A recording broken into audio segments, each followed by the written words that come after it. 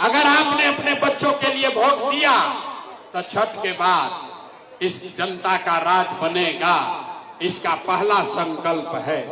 सबको याद कर लीजिए, इसका पहला संकल्प है, नाली गली बनो चाहे मत बनो, स्कूल अस्पताल जब सुधरी तब सुधरी, लेकिन साल भर के अंदर जितना आपके घर का सामान गया है बाहर मजदूरी करने, रोजी रोजगार के चक्कर में, जो बच्चे आपके पढ़ लिख कर बेरोजगार बैठे हैं, उसको सरकारी नौकरी मिले या ना मिले, लेकिन सभी के लिए, याद कर लो भाई, सभी के लिए कम से कम 10 से 12 हजार रुपया के रोजी रोजगार का व्यवस्था यही बिहार में करके दे दिया जाएगा। होना चाहिए, होके के चाहिए, बात बुझाई। 10-12 हजार के जा रोजी रोजगार हो जाए तो गरीबी कम हो कि ना हो? जोर से बोलिए, होगा कि नहीं होगा? होगा।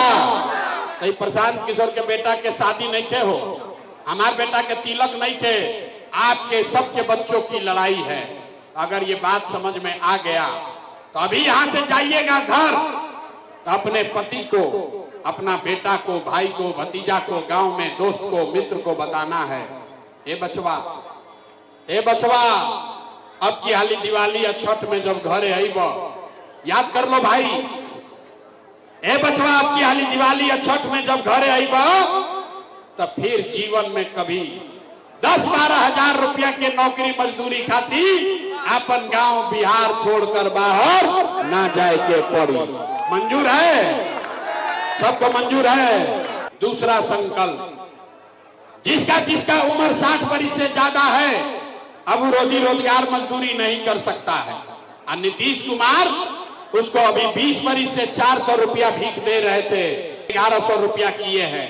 तो अब छठ के बाद जेकर जेकर उम्र 60 वर्ष से ज्यादा बा, छठ के बाद उसको 400 रुपया का भीख नहीं, 1100 रुपया का पेंशन नहीं, हर 60 साल से ज्यादा उम्र के महिला पुरुष को हर महीने 2000 रुपया महीना का सम्मान राशि जरूर दिया जाएगा।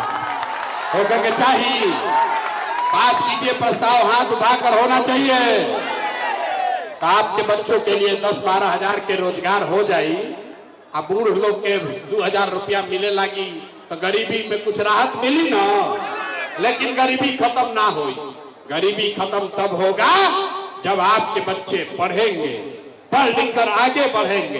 तो इसलिए तय हुआ कि अगर आपने अपने बच्चों के लिए वोट दिया, शिक्षा रोजगार के लिए वोट दिया, तो दिवाली के छठ के बाद हर गरीब व्यक्ति को ये अवसर होगा, हर गरीब परिवार को, कि जब तक सरकारी स्कूल ना सुधरी, अभी आपका लड़का जाता है स्कूल में, पढ़ता नहीं है, खिचड़ी खाया घरे चला आया, तो अभी तय हुआ कि छठ के बाद जब तक सरकारी स्कूल ना सुधरी, तो गरीब आदमी अपने बच्चे को आप प्राइवेट अंग्रेजी स्कूल में भेजिए, स्कूल भेजने का फीस और खर्चा सरकार की ओर से दिया जाएगा, ताकि गरीब से गरीब का बच्चा भी अंग्रेजी स्कूल में पढ़ सके।